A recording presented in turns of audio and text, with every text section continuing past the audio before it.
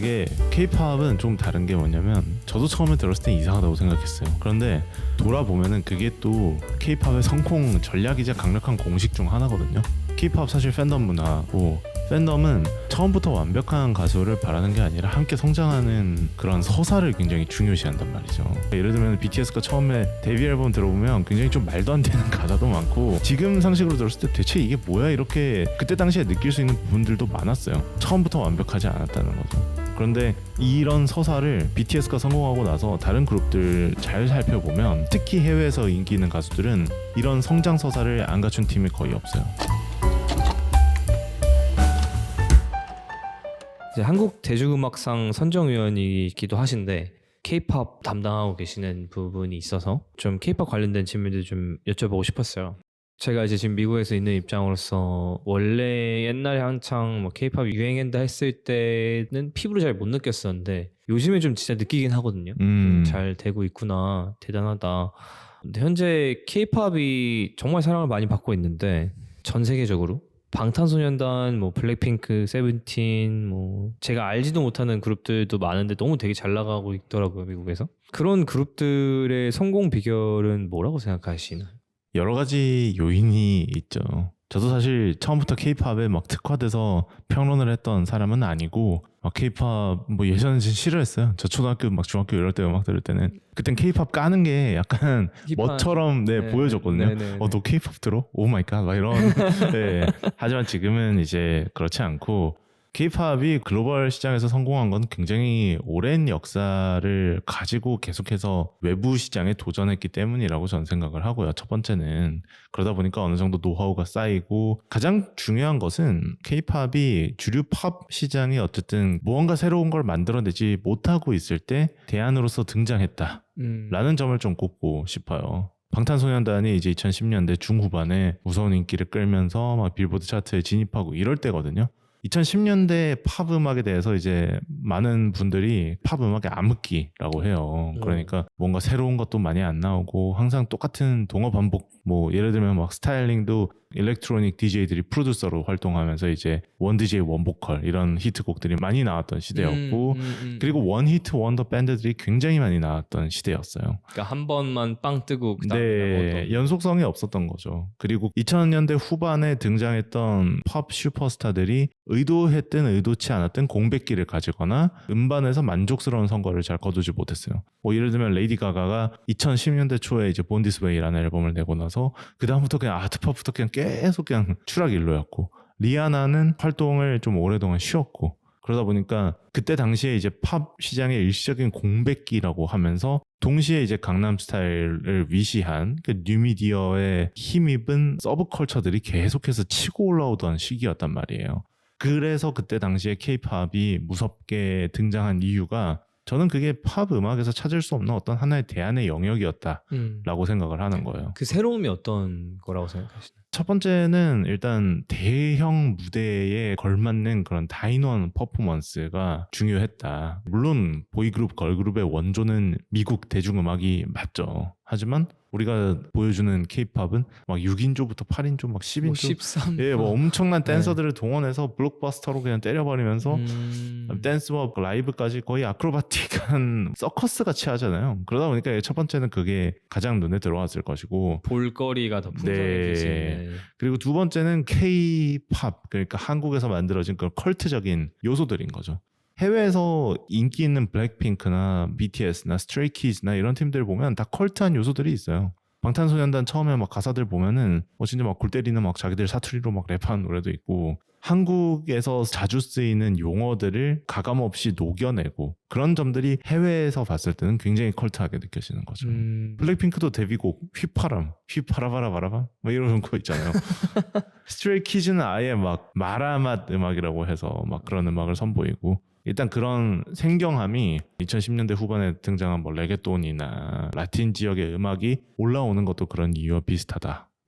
그렇네요. 예. 그때 뭐 데스파시토 뭐 그렇죠. 이런 게 네. 제가 충격을 먹었던 게, 그때 이제 대학교 다니고 있었을 텐데 파티를 하는데 일반적인 미국 노래들은 뭐 그냥 그렇게 듣는데 데스파시토 나왔는데 다들 떼창을 하면서 부르는데 스페인어 하는 사람들이 그렇게 많을 리가 없는데 다 따라 부르고 있더라고요. 그렇죠, 그렇죠. 처음부터까지. 예, 그런 겁니다. 그때 당시에 이제 케이팝이 부흥할 때 팝 음악가들에서는 볼 수 없는 생경함을 느꼈던 거죠.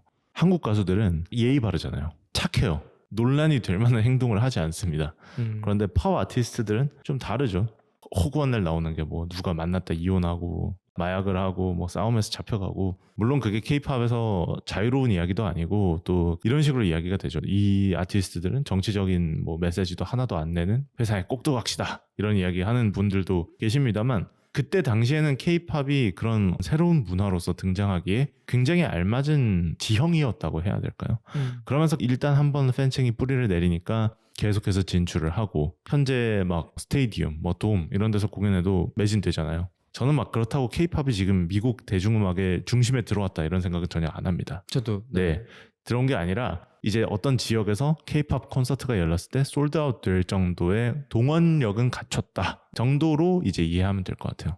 2010년대에 이제 어렸을 때 있었던 케이팝을 까는 게 약간 좀 힙한 네. 느낌의 기조에 대해서 이야기를 좀 하고 싶은데, 제가 이제 좀 좋아하는 음악 장르가 좀 힙합 쪽이었어요. 대표적으로 기억나는 순간 이제 방탄소년단이 더 힙합 쇼에 나와서 네. 비프리라는 아티스트와 많이 싸운 그렇죠. 그런 모습이 있었고, 이제 그거가 되게 큰 파장을 일으켰었는데, 사실 그 비프리의 스탠스가 좀 과했다라는 생각을 많이 하긴 했습니다. 그 영상 보면서. 그리고 워낙 또 좀 파이팅이 넘치는 분이고, 그런 상황에서 방탄소년단이 얼마나 당황스러웠을지는 제가 너무나 이해가 되는데, 사실 그때 방탄소년단의 음악을 듣고 저는 이게 뭐야 라는 생각을 많이 했었거든요. 그렇죠. 네, 그러니까 사실 힙합을 좋아하는 사람 입장으로서 너무 가공돼 있는 치즈를 먹는 듯한 느낌이라고 해야 할까요? 네. 제가 케이팝 아티스트들에 대한 인식이 그렇게 좋지 않았던 이유도 뭔가 공식에 의해서 짜여져 나와 있고 다 비슷비슷하고 들으면 좋은 노래들도 있긴 한데 듣다가 좀 비슷한 것 같고, 그런 느낌에 오히려 색깔이 네. 많이 안 느껴져서 그랬던 것 같은데, 요즘 들어보면 좋은 노래들이 워낙 많아가지고 그냥 잘 듣고 있는데, 그런 부분들이 있었던 것 같은데 오히려 색깔이 많이 느껴진다라고 하셔서 모르겠습니다. 그때 그 또 수준이 많이 올라왔는지. 그게 케이팝은 좀 다른 게 뭐냐면, 저도 처음에 들었을 땐 이상하다고 생각했어요. 그런데 돌아보면은 그게 또 케이팝의 성공 전략이자 강력한 공식 중 하나거든요. 케이팝 사실 팬덤 문화고, 팬덤은 처음부터 완벽한 가수를 바라는 게 아니라 함께 성장하는 그런 서사를 굉장히 중요시한단 말이죠. 케이팝은 사실 과거에는 굉장히 공식화되어 있었고, 특정 작곡가들이 다양한 그룹의 노래를 만들고, 사실 이런 경우들이 지금까지도 유지가 되고 있거든요.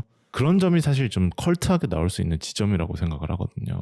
그러니까 예를 들면 BTS가 처음에 데뷔 앨범 들어보면 굉장히 좀 말도 안 되는 가사도 많고, 지금 상식으로 들었을 때 대체 이게 뭐야 이렇게 그때 당시에 느낄 수 있는 부분들도 많았어요. 어설픈 부분들도 많았고 처음부터 완벽하지 않았다는 거죠. 그런데 이런 서사를 BTS가 성공하고 나서 다른 그룹들 잘 살펴보면, 특히 해외에서 인기 있는 가수들은 이런 성장 서사를 안 갖춘 팀이 거의 없어요. 예를 들면 스트레이키즈도 처음부터 잘 된 그룹이 아니라 그들이 자체적으로 프로듀싱 팀을 두고 있어요. 그래서 그들이 계속해서 뭐 자기들끼리 장난하는 음악도 만들어보고 뭐 믹스테이프 뭐 사운드 클라우드에 올려보고 하다가 그들만의 이제 프로덕션 공식을 만들어서 계속 그냥 치고 나가는 거고, 블랙핑크도 사실 처음에 저는 휘파람, 붐바야, 막 오빠 이런 얘기 나올 때 진짜 이게 뭐지?